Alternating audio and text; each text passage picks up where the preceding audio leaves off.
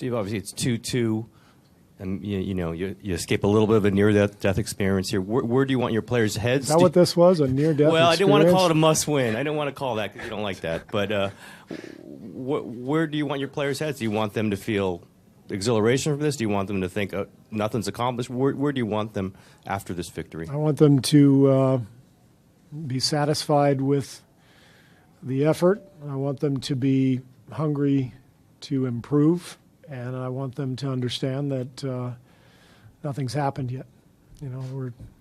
It's 2-2, as you said.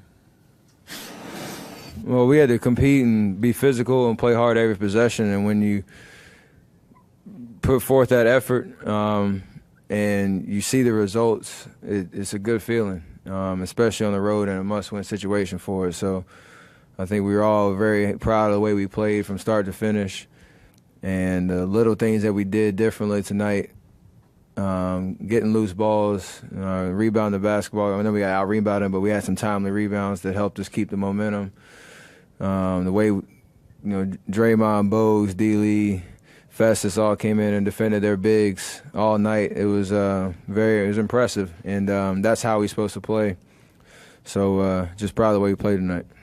Raymond, from the jump in the back, when you look at how the game opened and you had 8 of the first 10 points for the Warriors, what was the most important thing about setting that tone, not just offensively but defensively, right in the beginning like you did? Well, I knew I had to come out and be aggressive on the offensive end, first and foremost, because, that gives Steph and Clay a chance to get open because they can't just sit off and help on those guys, although, they're still going to do that, but, it loosens the defense up a little bit.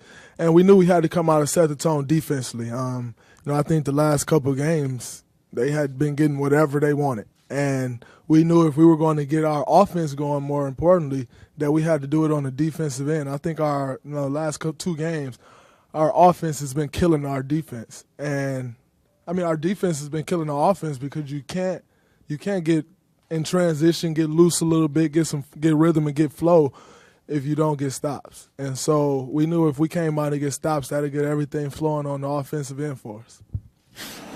Steph, what has the last few days been like after, not being able to make the shots you normally make and having so much time off to think about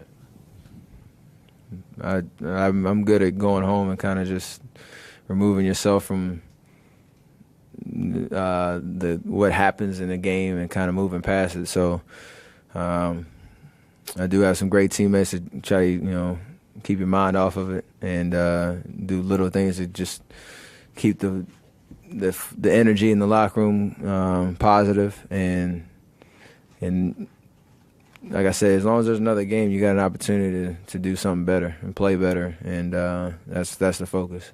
Did the barbecue help? Catfish. I had catfish. Yes, it did, though. The fans here have kind of made you the villain for the other team. You seem to enjoy that. Do you have fun with that? Does it motivate you? It does. It's fun. Every time I touch the ball, they're booing. It's like, okay, continue to boo. It doesn't bother me. It's actually funny to me. I never saw myself being like that guy in the NBA. I've been booed in college arenas, but, getting booed in the NBA arena, it's like, oh, I arrived now. So it's fun to me. And, you could tell that they were looking for someone because, not to go back to it, but obviously Mike saw the play and everybody else saw the play. It wasn't nothing intentional, nothing like that, but they were looking for something to make somebody a villain out of, and they found their guy. Cool.